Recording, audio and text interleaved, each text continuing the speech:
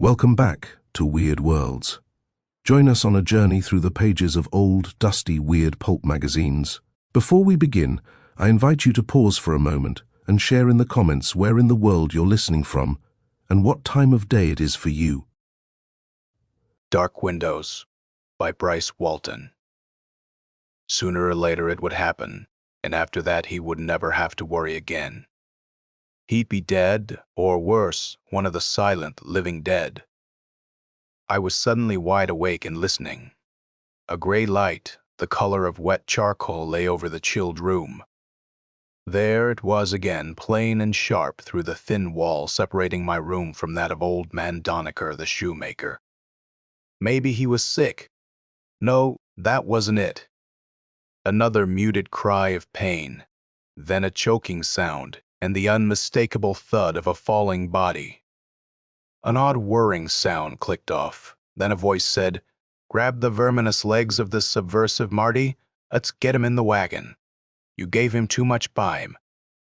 "He looks deader than Einstein," I said. "Grab his legs." A door shut. I went to the window. I was shivering in the morning chill.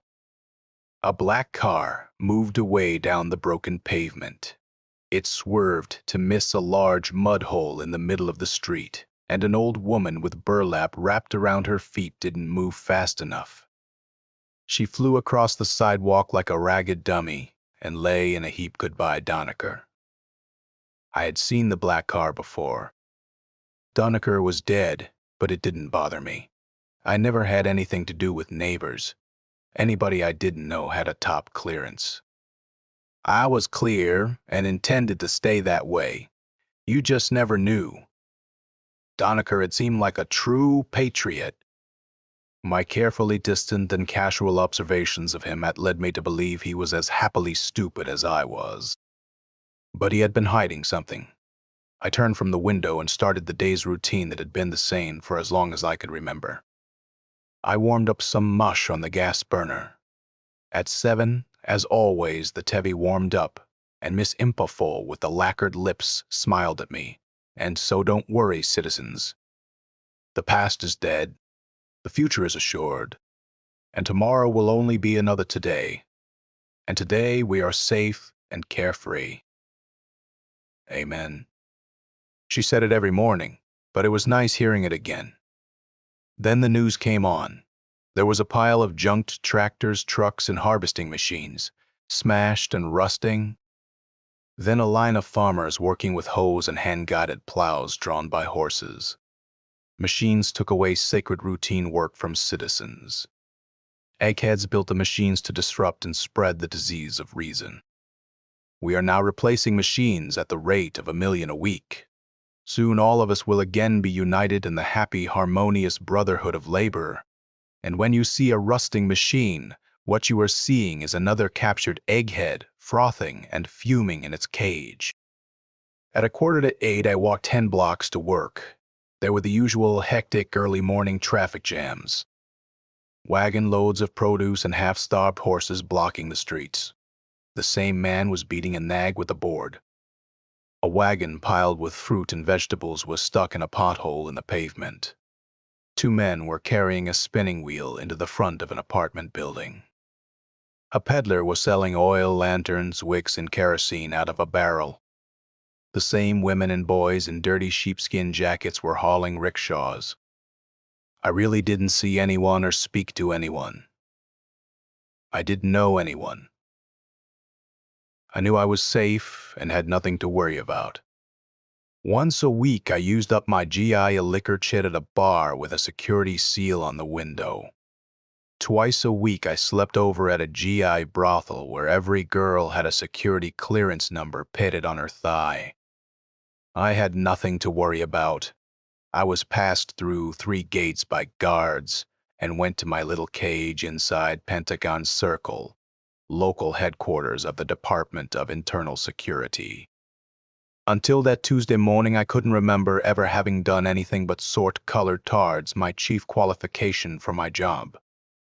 I wasn't colorblind when a green card with figures on it meaning nothing to me came out of a slot in the wall. I pushed it into a green slot that led somewhere into a filing department. When a red card came out, I pushed it into a red slot, and so forth. There were cards of 15 colors. Another qualification: my unconscious efficiency. I never had even a hint of an abstract thought. I never remembered yesterday, let alone the day before. And until that Tuesday morning, I never made even a tiny mistake. I had no idea what I was doing, nor was I at all curious. Curiosity was highly suspect. Curiosity was dangerous in the best of all possible worlds. It was ridiculous in a state where people had never had it so good. Cards sped from my hands always into correct slots. Carefree hours slipped painlessly by into the dead past. I was sure I was safe and not thinking at all. I was a blessed blank. And then all at once, the eyes are the windows of the soul. The thought meant nothing to me except it was wrong. It didn't belong in the routine. The routine flew to pieces. My efficiency blew up. I felt like a shiny bottle in a row of bottles, with a sudden crack running down the middle. Red cards hit blue slots. Green cards hit yellow slots. Cards piled up, spilled over the floor. The more I tried to return to my efficiency, the worse everything was. My suit was wet with sweat. I thought of Mr. Donaker. If a man's routine broke, it could only be because some inner guilt was disrupting his harmony. A happy person is an efficient person. Inefficiency is the symptom of a guilty conscience. "Mr. Fredricks," a voice whispered, "you are replaced here." A cold paralysis gripped me. "Get up, Fred." I jumped out of my chair. A thin, stooped little man in a cheap gray suit and dull eyes took my place. In no time at all, he had straightened out my mess. Cards were blurs moving into the right slots. A wide, fattish man in a wrinkled dark suit was watching me out of curiously shining eyes. He carried a black briefcase. I had seen the black briefcases before. Special police agent. He opened the door of my cage and motioned for me to go out ahead of him. "Say goodbye to all this, Fred." I felt the smile on my wet face as I nodded and tried to feel grateful while at the same time trying to suppress the flood of fear coming up through me and turning to sickness in my throat. I simply couldn't be afraid. I had nothing to hide. And if I was hiding something inside me I didn't know about, I should feel glad to have it detected and get it all cleaned out. "My name is John Mesner," he said as we walked down the corridor. I couldn't say anything. I felt like a string someone was beginning to saw on with a rusty knife. Mesner's office somewhere upstairs was a dingy room with a dusty desk and a couple of chairs. The walls were made of cracked concrete lined with dusty filing cabinets. The window was so soiled I could barely see the shadows of bars through the panes. Mesner sat down, put his feet on the desk. He took an apple out of his desk drawer and started peeling it slowly with a small penknife. "You scared, Fred?" "Of course not," he smiled, held out a long ribbon of apple peel and dropped it on the floor. "You are scared, Fred." I put my personology card on his desk right in front of him. I just had a quarterly brain check a week ago. There it is. I stopped myself somehow from yelling out wildly as he stabbed the card with his penknife, then tore it in little pieces and dropped them on the floor. "You've got nothing to be afraid of, Fred, but it'll probably take you a while to realize it," he went on, peeling the apple. He had thick hands, stubby fingers, and the nails were dirty. He had a round, pale face, a receding chin, thinning hair, and an absurd little red Cupid bow mouth. I tried not to hear the moaning sound that seemed to come from the other side of a door to Mesner's right. He got up, went to the door, opened it. "Shut that guy up," he said. He shut the door and sat down again. He sliced off a bite of apple and pushed it into his mouth. "To make it short, Fred, I've investigated you thoroughly, and I can use you here in Spa. You are being transferred." My throat was constricted. I leaned against the desk. I don't understand, sir. I don't know anything about police work. I am only a clerk, a card sorter. I don't have any qualifications. And you can see my card. A couple of field trips with me, Fred, and you'll be a veteran. But why me? You are already in the security department for one thing. That makes it convenient. Also, your intelligence quotient. It's a low 80, I said. That's the average. I am well below normal, and this brain check showed I was lower this time than the last. So how could my IQ make any difference? Curiosity killed the cat, Fred. I managed to sit down before I fell down. It was impossible that I should really become an agent in the SB, the most powerful and feared organization in the state. What then was Mesner really up to? One work error shouldn't have snagged me. I'd never been guilty of thinking above a rudimentary and socially acceptable level. My IQ was unquestionably low. I was little more than a moron. So why was I frightened? Why did I feel guilty? Why was Mesner interested? Mesner stood up and dropped the apple core on the floor. We're going on a field trip now, Fred. Your indoctrination as in Spam-Man is beginning. Mesner piloted the helio car. Mesner said the only heliocars left in operation belonged to Spa. He dropped it on a plot of dried grass on the side of a forested hill in the Tennessee mountains. Until we got out of the helio car, I didn't know Mesner had a gun. I couldn't remember having heard of a gun or seen one before. The Mesner told me all about guns. He slid the rifle out of a canvas case, checked it, called it his favorite little field piece. Then he handed me his black briefcase. He led the way down a narrow path. It was a quiet, sunny day. Squirrels ran between the trees, birds hopped and sang up in the leaves. In front of a gray, dilapidated shack was a rickety wagon. Two men were lifting a sack out of the rear of the wagon. They wore ragged overalls and no shirts, and they were both barefoot. Mesner yelled, "You Dirksons, this is a security check." The shorter one started to run. Mesner shot him in the back of the head. The tall man grabbed up a piece of iron with a hooked end and started yelling as he ran toward us.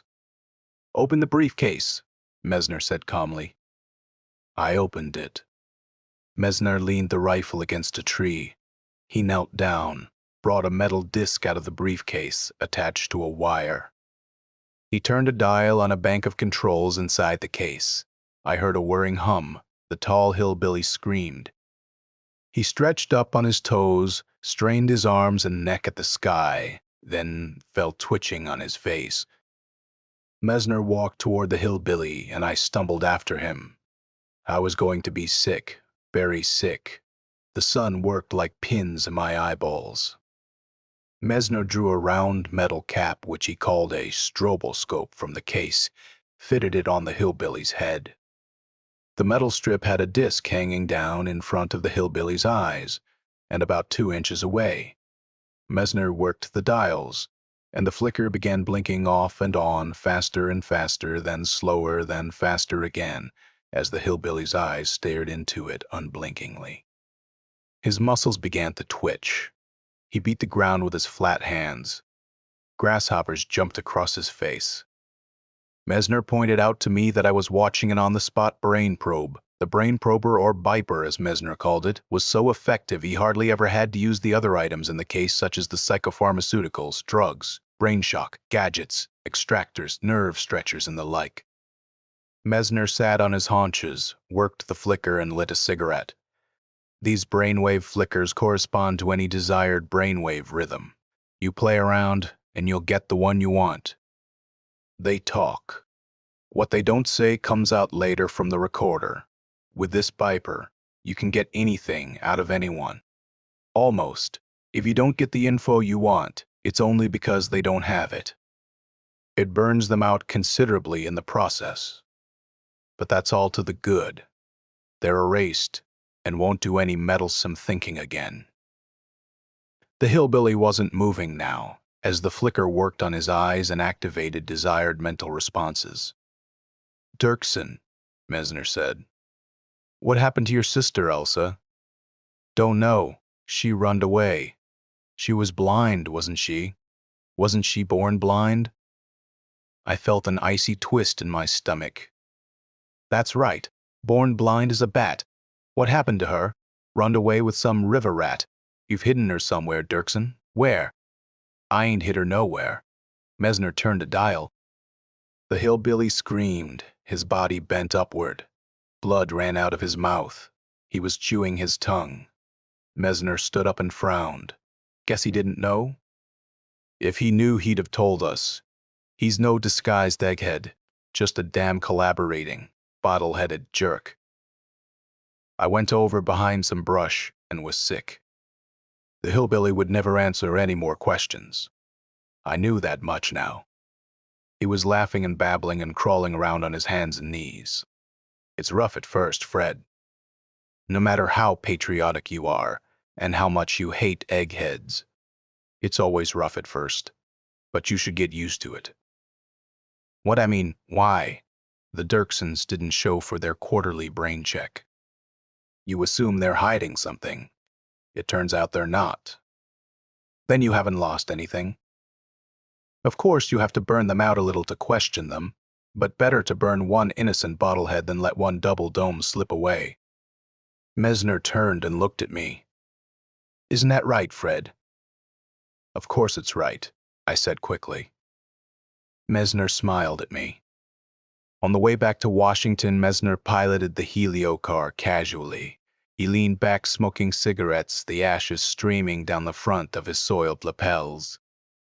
I think you'll work out fine in Spa, Fred. I was still sick. I had a throbbing ache in my head, and sweat kept stinging in my eyes. I nodded, numbed agreement with Mesner. I appreciate your trying to make an Spa man out of me, I finally managed to say. But could you have made some mistake? Gotten the wrong file or something? No, your IQ was a nice low 80, Fred. But you're just not aware that you have what is technically known as a quiescent IQ. What's that? You are a true patriot, Fred. We both know that, so don't be scared. You know the sick and evil danger of a high IQ, and so you put an unconscious damper on your own intelligence. You are not really so dumb, Fred. But I am? I said quickly. No, Fred, you think you are, and you look and act normally stupid. And believe me, Fred, I admire your patriotic suppression of your intelligence even from yourself. But a fact is a fact, and you are not so dumb. I am not pretending. I am not a subversive. Easy now, Mesner said. You are not a subversive. That's right. A real subversive knows he's smart, is proud of it, and consciously tries to hide it from others. But you loathe your own inherent mental ability, and you've been able to freeze its operation, conceal it even from yourself. Now realize this, Fred.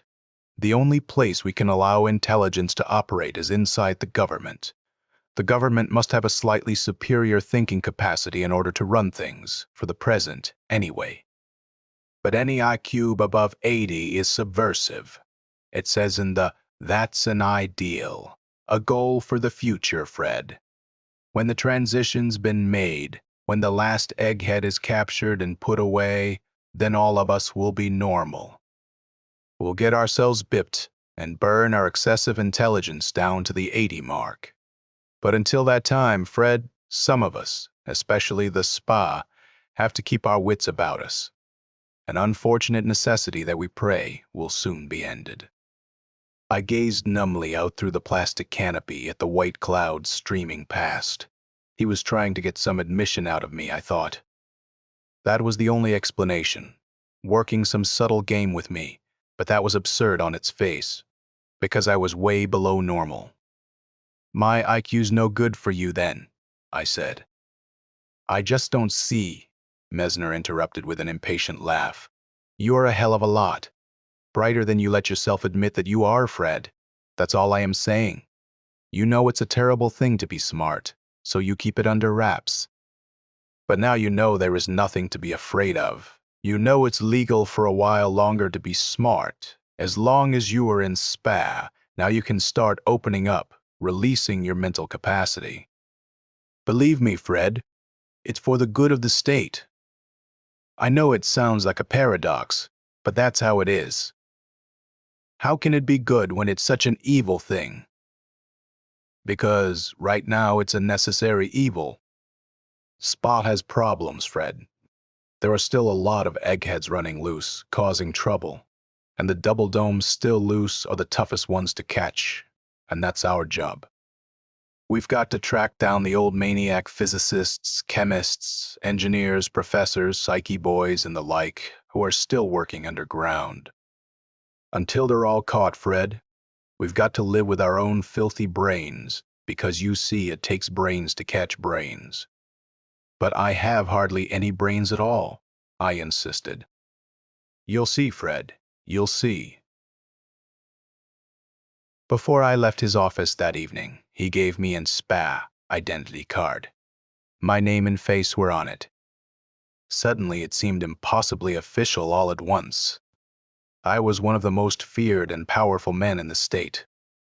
Only I knew that the only one I really feared was me.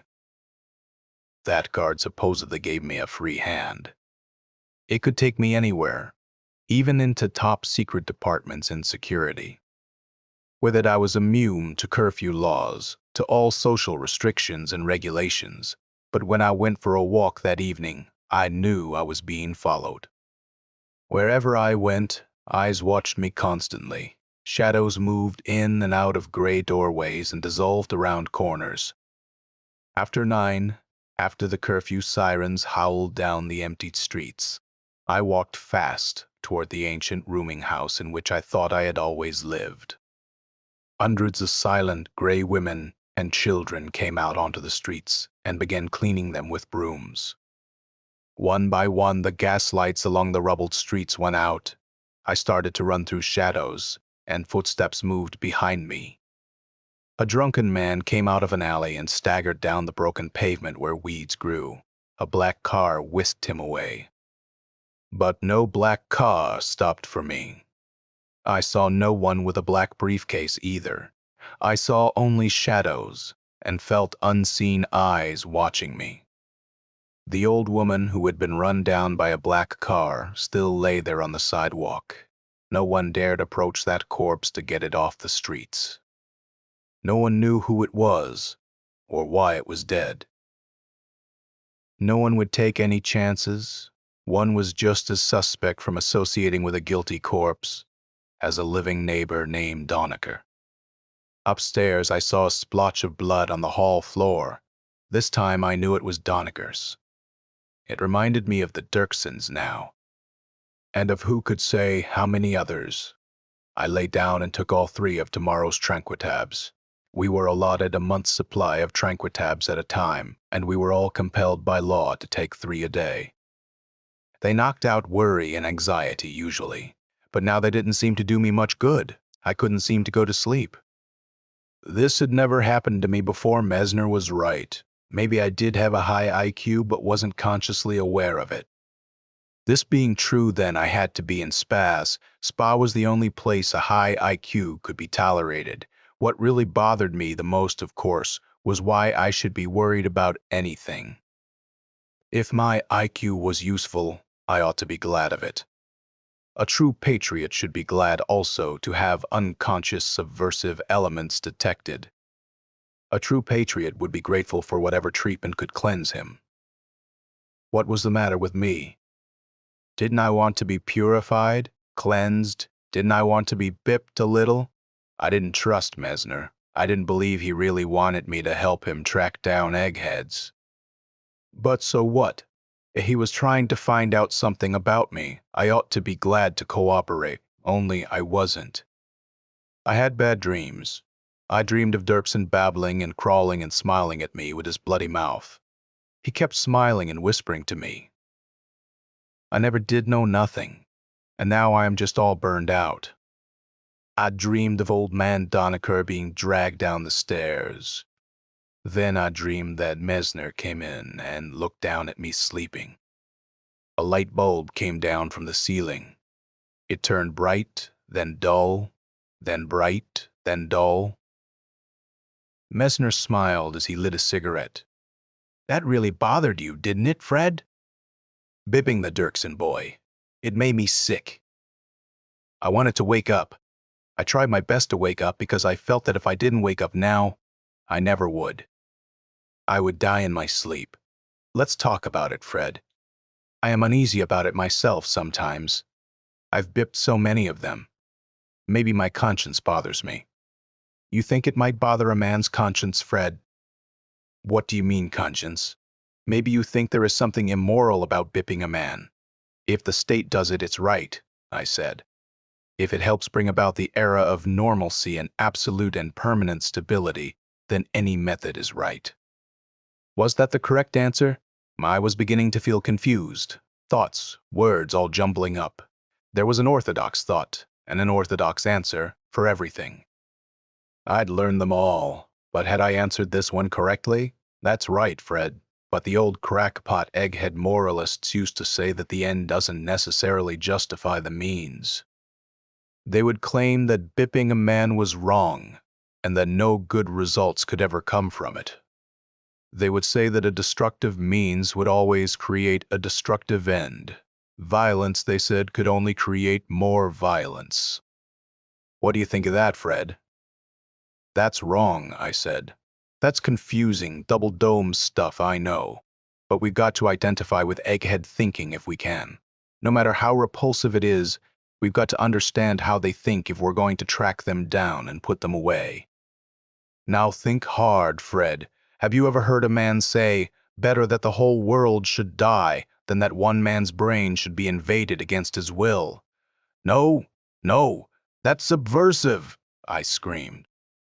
There was more dream, more questions, more and more confused answers. I woke up in a cold sweat. I found several electronic spy eyes concealed about the room. Just outside my door, I saw one of Messner's cigarette butts. It was yellowed with spittle, twisted and pinched in the way his always were. I didn't know if all of that night, or only part of it, had been a dream. I didn't know if Messner had actually been questioning me in my sleep or not. The spy eyes could do that. But I knew Messner had been outside my door. Probably he had been questioning my dreams. That day was worse than the night. Messner had said to wait until I heard from him, but there was no word from him that day. I tried more Tranquitabs. The hell with tomorrow's supply. They didn't help me. A blinding headache hit me at regular intervals. What was Messner using me for? What did he want from me? What was I supposed to know? The educational TV came on also at regular intervals. So if you might think, citizens, that a machine could do your simple work better. Just remember what a terrible thing the machines did to us during the cataclysmic age of reason. As you know, the machines were invented to replace human labor by eggheads, who have always tried to destroy normal, comfortable, and simple ways of life. The disease of free thought was only possible after the machines replaced human beings, gave us the time to develop excessive and self-destructive thinking. I watched the light outside my window turn a duller gray, then black, and after that, an edge of white moon slid partly across the pane. Why should I care what Messner was trying to get out of me? If it was subversive, then I should be glad to get rid of it. If I was clear and clean, then I had nothing to worry about. Why wasn't I simply bipped, like Donecker and Dirksen had been? Why should a true patriot care? I shivered and stared into the darkness. Something horrible had happened to me. For the first time, I realized I was entertaining unpatriotic thoughts. I didn't want to be bipped, and I knew that when Messner finished with me, I would be bipped. When he found out whatever I was supposed to know, I joined Dirksen and the rest of them. It had been all right going along with the routines, as long as I actually hadn't seen what happened to a man if he didn't. I didn't want to be erased whatever I was. I suddenly wanted to stay me, guilty or not, Maybe this attitude was all that Messner wanted to be sure of. But I doubted it, because a simple bipping would have determined that I didn't think I could stomach any more of Messner's field trips. On the other hand, I had to go along. It all seemed to boil down to whether I wanted to get bipped now or later. Bipping isn't bad at all, Messner had said yesterday. After you are bipped, you can do routine work like everyone else. Never worry again about worrying. That guy who replaced you, for example, he was bipped. He's never made a mistake for 20 years. He never will. I closed my eyes. I thought of all the happy bottleheads walking the streets, out on the farms, doing their routine work, happy and carefree as long as they didn't worry. Human vegetables, the erased ones and the terrified ones who didn't know they were even scared. Cities full of dull-eyed ciphers. And now that I was outside it a little, I could see them with an awful clarity. And I thought, how many are as dumb as they appear to be? How many were just too frightened and numb to think? How many would stay frightened and numb so long that they would never be able to think even if they sometime decided to try? It was easy enough to assume that too much intelligence was an evil, a virus to be burned out. Was it better to have too little and become like the hillbilly? Oh, Messner had set my so-called quiescent IQ going all right. But how far would it go before it had gone far enough for his purpose? That night I had another bad dream, only it didn't really seem so bad as it should have been. A blind man was talking to me. Then I dreamed that a blind girl with a seeing eye dog was looking at me. She was about 15, maybe younger, dressed in a plain, flowered dress, tied in back with a ribbon. She had a soft, round face, and her eyes were wide and opaque. The girl and dog seemed to come out of a mist, and they whispered to me. It was frightening, but important, and I did remember what it was. I woke up shivering. I seemed to smell wet hair, and the window was open. I couldn't remember whether I had shut the window before I went to sleep or not. Messner called me early the next morning. He looked the same in his wrinkled suit with the food stains on the lapels, and peeling an apple. Fred, have you ever heard a phrase sounding like "come, and the blind shall lead them"? I appeared to be trying to think about it, then said I had never heard anything like that. You are positive about that? I don't remember it. You mean you might have, but you just can't remember it. I didn't say that. I doubt if I ever heard such a phrase. What about this one, and the blind shall see again? No, I said, you are sure. I looked directly at him, and he stopped peeling the apple. If I am supposed to have such a damn high quiescent IQ, why not let me in on a few things? What few things? These references to the blind. The Dirk song, some blind girl named Elsa. What are you trying to find out? I thought maybe you remembered something, that's all. I am pretty much in the dark myself. All I have are a few clues and theories. Clues? Theories? About what? Eggheads. Sabotage. What the crackpots could build, they can best destroy. They're blowing up factories, manufacturing, and power plants, machines, production. That's sabotage. I thought the whole idea in bringing about the era of normalcy was to do away with all mechanization, do everything with the hands like in the good old days. That's an ultimate goal, Fred. Drudges don't think they're happier, but the transition has to be more gradual. The eggheads want to take away all mechanization at once, create chaos and anarchy. They figure that will cause the bottleheads to revolt against the government. We can't catch the saboteurs. The saboteurs inside a blown-up factory, for example, we never know who they are. We bribe every worker, not a sign of a saboteur. So whoever does the dirty work is a mindless tool of the egghead underground, having no memory of having committed sabotage. Who are the couriers? The ones who make vital contact between the egghead underground and the saboteurs. The dumb saboteur has to get his highly complex directives from the eggheads. Who are the couriers? Why ask me? I know this much, Fred. Blind people are used as couriers. My knees felt weak. I couldn't say anything. All I could think about was my dreams. I want to show you something, Fred. Mesner led me through the other door. A bleak, concrete cubicle. No windows. A damp-walled gray cell. 2 naked men lay on slabs, stroboscopes on their heads. Behind them, styluses recorded brainwave patterns on moving white strips. One of the men, the one on the left, was blind. His eyes staring up into the flicker were opaque. Look at those brainwave recordings, Fred. They're getting the same stimulus. We can give 1,000 bottleheads this stimulus with the flicker and get identical responses. But not the blind boys. We can't successfully buy a blind boy. The brain waves are radically different, and we've never figured out a way of codifying them.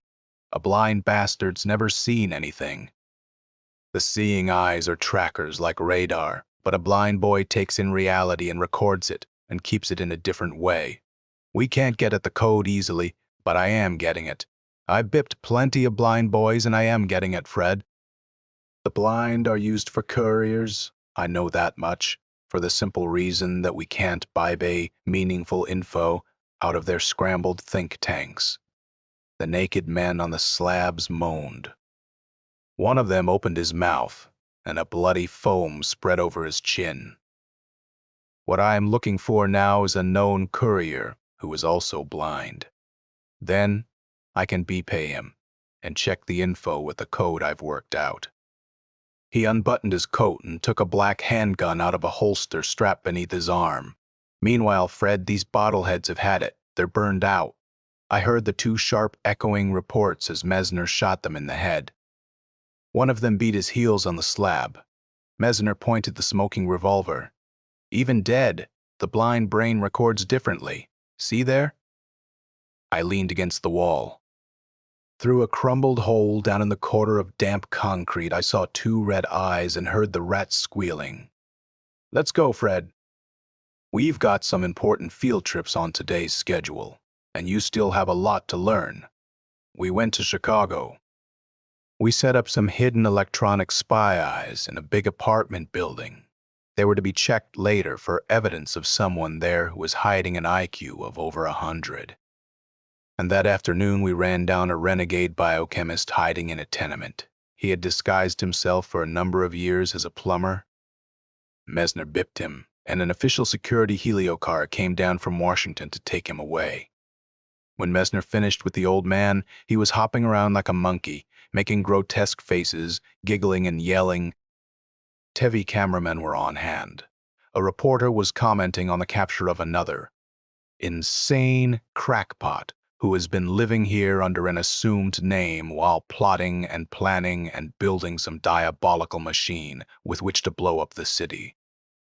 Our Department of Internal Security, exercising its eternal vigilance, captured him in time. Mesner and I took the heliocar back up into a clear blue sky and headed for Sauk City. Do you wonder, Fred, why we just don't kill them after they're bipped? What could it matter? It doesn't to them, but to us it matters. Public likes their scapegoats alive, more satisfying to hate live people. Public likes to see their dragons behind bars, humiliated, treated like crackpots. Makes a bottlehead feel good to see an egghead dancing like a monkey. Also prevents martyrs. Living men are never martyrs. So why are we going to Sauk City? I asked. I wanted to change the subject. Mesner had information that an ex-professor from some long-extinct university had been concealing a high IQ after having supposedly purged himself of it years before. He was supposed to have been caught by a brain-probing spy eye and was reported to have an IQ of over 160. Mesner talked of such an IQ as though it was a living time bomb that might go off any minute and blow Sauk City and the entire state to hell. He shot the heliocar along at 50 miles an hour. He held the T-bar in one hand and lit cigarettes with the other. What upset you so much, Fred? I mean that morning when I interrupted you sorting cards. I felt a warning click in my head. I remembered it. The eyes are the windows of the soul, Mesner. I thought. Couldn't look into the windows of a blind man. Could I? It hadn't been my own thought that had disrupted my idyllic, carefree life sorting cards. Mesner had said it to me. Just the unexpected break in the routine, I said. You've already explained it. My quiescent IQ is just too high to be a successful card sorter. It wasn't what I said. What did you say? I've forgotten. The eyes are the windows of the soul. But I was only quoting. Fred, some crackpot said that long ago. Why probe me about blind people? I never knew any. 90% of a human being's mental activity is underground, like most of an iceberg is underwater. How much of your past can you remember, Fred? Very little. The past is dead. Why should I remember it? Because a good intelligence depends on the past. Memory is a part of it. Without a past, you don't have a brain. And we've got to release our brains, Fred, for a while, until we can catch saboteurs and eggheads. I guess I've just been a patriot too long, I said. Remember attending Drake University 10 years ago, Fred? Sure, I said, fast as though it was unimportant. I was really beginning to sweat. I can remember if you keep prodding me. Sure I can. So what I purged myself, I forgot it. Schools weren't illegal then. But we've got to reawaken all those past memories, Fred. Make our brains work better even if a lot of double-dome stuff comes up. You'll remember a psyche prof named O'Hara. I felt suddenly dizzy, sick. A wavering wheel started turning in my head. I managed to stop it from turning so fast. I don't remember that at all, I said. Then of course you wouldn't remember that he was blind? In the darkness behind closed lids, I could see patterns of light begin to flicker, and threatening whispers dug at a fogging curtain. Don't push it, Fred. It'll come. I am patient. If I weren't, then by this time I would be bipped myself and safely put away. He would get it all right, I knew. Sooner or later, he would tap it. First I would tap it, then Messner would tap it, and after that I never would worry again. I'd never worry about remembering or forgetting anything. I wouldn't even be me. A body with a bipped brain would walk around doing routine work and looking like me. But I'd be dead. I didn't want to die that way. Genuine physical death would be all right, but not that. Not that bipping treatment. Misner turned quickly and caught me staring at the outline of the handgun under his coat. He smiled. You want one of these, Fred? Not yet, I said. I don't remember enough yet. I'm not smart enough yet. Tell me when you are ready. By the time we closed in on the professor in an old deserted house on the outskirts of Sauk City, he had managed to hang himself to a water pipe in the basement. He wore a pair of ragged pants. He was terribly thin, and his hair was white, and his toothless mouth gaped open and his jaws sucked in. I had never seen anyone appear so pitiful and so harmless as that old man hanging there. We untied the rope, and the body fell to the floor. Mesner took a small disc from his case and put it over the dead man's heart, then stood up. He's too dead. We should have gotten here a few minutes earlier. He seemed tired as he sat down on a soggy box. His hands were dirty with coal dust, and a smudge of it was on his face. This is it, I thought. Now was as good a time for it as any, because there wasn't any good time for it. He had all the advantage, and the longer it went on, the greater advantage he would have. It was only a question of time anyway, and I couldn't stand waiting. I lunged at him. I heard the faint whining sound, saw the flash, and the glint of the disc coming out of his pocket. A sudden painless paralysis hit me, and I was helpless on my knees looking at Mesner. He just stared at me morosely, tired, irritated a little. You should know better, Fred. You are smart. Go to hell, I said. He shook his head. Not now, Fred, nor you either. It isn't me you want to get, Fred. You just don't want to get bipped. You ought to trust me. I don't want to, Bibe. You, now or ever. I mean it. We need brains to catch eggheads, and that's my job. You are valuable. Everybody getting bit. It isn't easy to get smart people these days. Bit me now then, you bastard. Get it over with. You'd better trust me. I am being honest. Some of these other orthodox jerks in security, they wouldn't fool with you. They would bibe you sooner than look at you. Why don't you? I've told you, for God's sake, you are a bright guy, and I am eager to learn, and I don't want to burn up any important info. Then I got it. Then I knew why he was keeping the biber off me. I thought about it all the way back to Washington, while Mesner fed himself apples. I was supposed to have valuable unconscious info. Mesner wanted it, but the old crackpots were right. The means not only created the ends, but could destroy the ends if the means were bad enough. You probe and pry into a man's brain deep and hard enough, and you come up with nothing. Your methods have destroyed the end. You burned out the truth you were trying to get. Mesner was trying to get info from me without burning it up. The bastard was trying to have his bloody cake and eat it, but the insight didn't make my position any easier. He was going to get it some way. His talking and hinting and probing was designed to awaken vital memory in me, get it up into total consciousness where he could get at it with his instruments without the danger of burning it up. Soon as he got what he wanted, he would buy me. I couldn't keep him from getting it because I didn't know what it was. I couldn't keep on suppressing something if I didn't know what it was, and I knew that no one can consciously suppress knowledge in himself. In any case, for 2 more days I didn't hear from Mesner. I indulged in feverish and ridiculous escape fantasies. There could be no escape for me. The educational voices from the Tevi drifted in and out. The greatest threat to man's happy survival is reason. Man was never intended to go above a certain mental level and become thereby a victim of his own imagination and complex fears. This disease of reason has been carried to its final suicidal limit by eggheads. No mention of sabotage. The carefree public must not hear of such disquieting things.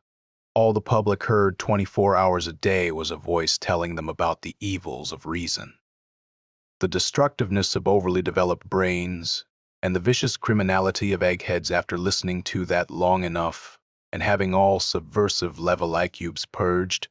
Who could believe otherwise? How many believed otherwise? Now, did I? What in hell did Mesner want to dig out of me? Who? What? Why was I? I was still a bottle, but now there were countless cracks appearing in it. Then, Mesner called. Said we were going on another field trip that next afternoon. All right, I said. Some way or other I knew I would make this my last trip with Mesner. He had located a blind man, he said, who he knew had been a courier, a blind man definitely linked up with the recent sabotaging of a motor parts plant somewhere in Illinois. Mesner looked down on the shanty town from a high bluff above the river. The river rats' shanties were built half in, half out of the water, some of them on stilts, some of them actually consisting of dilapidated houseboats. Mesner said river rats were worse rebs even than hillbillies. They drifted up and down the rivers. You staged a raid, and they dissolved away into the river like rodents. Many of them skipped quarterly brain checks, but no one knew how many. Birth and death records weren't kept by river rats. I walked ahead of Mesner down a winding gravel path into rotting reeds by the river. Then we followed another muddy path toward the shanties. Frogs and insects hummed. A path of moonlight moved across the water. A ribby hound dog slunk away from me. A ragged kid looking wilder than the hound ran across the path and slipped soundlessly into the muddy water. Mesner pointed out the blind man's shack. Then he looked at me and smiled with that absurd little Cupid bow mouth. This isn't the time either, Fred. If you think we're not covered, you are wrong. You couldn't run 50 feet before they burned you down. We walked nearer the loosely boarded and sagging shack. "You take the back, Fred, just remember, better later than now, and be careful. When these river rats get stirred up, they can cause a hell of a row. The entire goon squad would have to move in and there would be a mass bipping spree." Mesner crept nearer, then whispered, "No light. You can't even tell if one of them's at home after dark. Why do they need a light? Go on. Watch the back door, Fred, and don't let this one slip by." I heard the front door crash inward. A man wearing only tattered pants ran out. He was thin and ribby like the dog, and I could see the moonlight shining on the opaque whiteness of his eyes. He ran directly at me, and I knew I wasn't going to try to stop him, but I didn't know why. Then Mesner came out and fired a small gun, smaller than the one under his coat. It wasn't the same. This was a nerve gun, and it curled the synaptic connections between neuron. The blind man collapsed and lay like a corpse at my feet. I knelt down and felt of him. Mesner whispered for me to drag the old man inside. I hooked my hands under his shoulders and pulled him into the shack. It didn't matter to me now, nor to the blind man. I thought he hardly weighed anything. His eyes were fixed in a white silence as Mesner shone a small flashlight into them. Then Mesner shut both doors and pulled a ragged cloth across the single window. He opened his case. He put the stroboscope on the blind man's head. The bluish light began to flicker over the staring, opaque eyes. I saw the nerve gun lying on the floor beside Mesner's hand. "You are too late," I said. "He's dead. I wouldn't have dragged him in here if I hadn't known he was dead." Mesner was breathing thickly. His fat, round face was pale and shiny with sweat. "I know he's dead. He must have gulped a fast-action poison soon as I came in the door. Maybe even the blind boys are deciding things are getting too hot." Mesner worked the stroboscope. "But he's dead," I said. "Brain cells are the last to die," Mesner said. "Maybe I can pick up a little info yet." It burst out of me then as from an abscess. The bottle cracked into 1,000 fragments. I lunged at Mesner. He seemed to roll away from me, and then he squatted there in the flickering light. He leveled the gun at me. "So you are beginning to wake up, Fred?" Probing a dead man, questioning the dead. Even a corpse was sacred no longer. The vile and horrible bastards, all of them. "I don't care what happens to me," I said. "That's noble of you. I am going to kill you." "Why?" "You wouldn't understand. Maybe I wouldn't agree, but I'll understand, Fred. I know what you are thinking. What I am doing now is just too much right. The final indignity one human being could inflict on another right.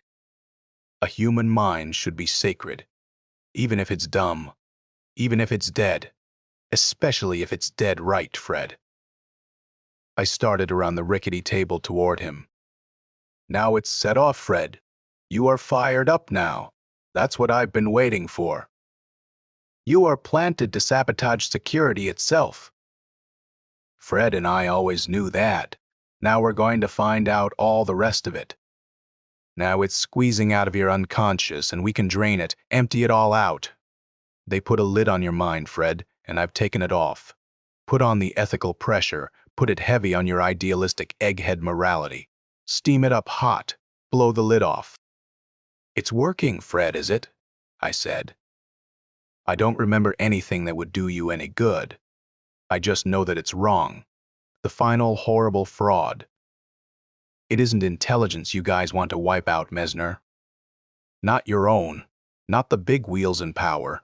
It's only certain kinds of thinking, undesirable thoughts, attitudes you don't like. Those are what you have to purge, right, Fred? Only the wrong kind of eggheads. Me. Hell, I am an egghead too. Remember the prize pupil in your psych class at Drake University, Fred?" Mesner laughed. "That was me. You can kill people," I said. "You can't burn a sense of what's right or wrong out of people. That old, dead, blind man there has preserved something you can't touch. Too bad you won't be around to see how wrong you are, Fred. We can make people whatever we damn well want them to be. Your old ethical pals worked out the methods. We're using it for a different end." The front door squeaked. I felt a moist draft on my face, and a whisper in my brain. A few words. I don't remember what they were, but they were a key that opened floodgates of self-understanding and awareness. I remembered a lot then, a lot of things and feelings that warmed me. I had a wonderful sense of wholeness, and I was no longer afraid of being bipped or afraid to die. There was an expression of complete triumph on Mesner's face, and he knew what had happened to me, and he wanted it, all of it, sucked away into his briefcase. Just the same, the whisper from the doorway distracted his attention, and I went for him. In that second of time, I saw the little blind girl who had whispered that triggering phrase for my release, and behind her, the seeing eye dog. She was utterly unafraid and smiling at me. Courage, she was saying, and I could share it with her. She had sealed her own death in order to make me whole again. I smashed the flashlight off the table into the wall, and my weight drove Mesner onto the floor. I managed to grab his arm, and we lay there in the dark, straining for the nerve gun. I began to hear the whir of heliocers. I twisted Mesner's arm up and around and released the nerve gun's full charge directly into his face. A stammering scream came out of him. It was the scream of something not human, a full charge of that into the brain. It must have curled up the intricate connections and short-circuited his brain into an irreparable hash. I took the blind girl's hand and we ran toward the river. The sky was crossed with search beams, and in the deep darkness by the river, I was suddenly as blind as the girl who held my hand. We kept running and stumbling through the reeds. I felt her hand slip from mine. Then something hit me. It wasn't a localized impact, but something seemed to have hit me all over and moved through me as though my blood suddenly turned to lead. I tried to find the girl. I tried to crawl to the river, into the river, and near me I heard the girl say softly, "Goodbye now, Mr. Fredricks."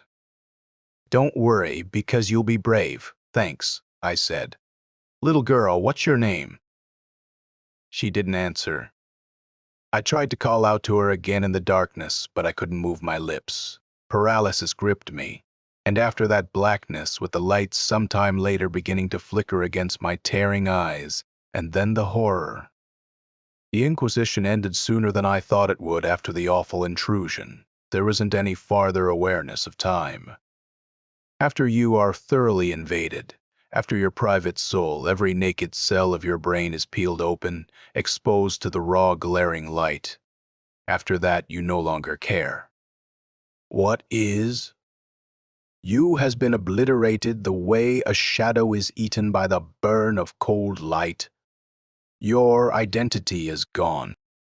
They take it. You are theirs. All of you belongs to them. You feel them pouring out your mind down to the pitiful dregs, as though they are pouring cups of coffee. The pain is a shredding, ripping, raveling horror. After that, there is no feeling at all, and this is worse. I told them everything I knew. What I couldn't tell, they tapped, tearing chunks out the way. You would rip pages and chapters out of a book. The responsible humanists, scientists, intellectuals had known what was coming. They prepared for it and set up the plan before the last days of the Egghead Purge. They set up the future saboteurs by a long, intricate process of psychodynamic conditioning. They did it in the universities before the schools were purged. Promising students were selected, worked on. Fredricks, a psychology student, was subjected to repeated hypnotic experiments. A blind professor named O'Hara did most of it. It was all there finally in Fredricks' head. But then it was all suppressed, and finally Fredricks himself forgot that he knew. A delayed hypnotic response pattern. An analog is set up. Later it will be triggered off by a phrase, a word, a series of words repeated at conditioned response intervals. 10 years later, he was working inside security itself. When circumstances were right, a blind courier was to have triggered off Fredricks' suppressed knowledge, allowing him to sabotage the entire Department of Records and scientific method. So many scientists and intellectuals had already been purged that few remained among the available personnel of security who could have repaired a simple gasoline motor without a step-by-step chart taken from the Department of Records. It would have been a master coup for the underground, but Mesner had traced Fredricks' identity back to Drake University, back to O'Hara. He had gotten suspicious and removed Fredricks from security. The blind girl had whispered the key phrase just the same, in order that Fredricks might face the ordeal of the Inquisition with as much pride, strength, and courage as possible. Only a free man, a man who fully respects himself as an individual and a human being, Fredricks told his inquisitors. Only a man who has learned why he is living can die like a man. Then they killed me. They tried to get more out of me. But what they wanted to know I knew nothing whatever about. I knew nothing about the underground or the headquarters of the eggheads. But by then, I was dead, and what they did was of no importance. I was no longer me. There was no awareness of being me. I had joined Dirksen and the renegade, biochemist, and all the others. I was hopping up and down in a cage before the Tebi cameras, and a reporter was talking to millions of smiling, carefree citizens and telling them how another vicious crackpot had been captured just in time to avert some terrible disaster which would have disturbed the status quo. Then I was taken away. "Are you awake now, Mr. Fredricks?" I opened my eyes. I was in a clean, white room, lying near a barred window. An attractive nurse smiled at me. She was holding a clipboard and making notations on a report pad. "How do you feel now, Fred?" Painfully, I turned and saw several ghosts standing and sitting on the other side of the bed. I could see a door behind them partly opened onto a softly lit corridor. There was Dr. Malden, a famous anthropologist whom I had last seen in a newspaper headline during the purge, and Dr. Mark Kahn, Nobel Prize winner in electrobiology, and Dr. Martinson, one-time head of the UN Research Foundation. Dr. Rothberg, social psychologist. All dead, all purged, bipped, and confined years ago. All ghosts. Only they were there, and they were alive, and they seemed glad to see me. All I knew was that I was alive again. I was aware of being me, and somehow I knew that these forgotten names were also alive again. Rothberg handed me a cigarette, and the nurse lit it for me. I remember that once I had liked cigarettes. "So what's happened?" I said. My voice was weak. My insides felt as though they were filled with grinding pieces of broken razor blades. "You are in Zany Ward, no 1-4, Dr. Rothberg said. "I don't believe I quite understand," I said carefully. "You will," Dr. Rothberg said. "Let's just say for a starter that when a man is bipped and brought here, we try to put him back together again. It's a long, painful process. Sometimes he's not quite the same, but we've done pretty good work.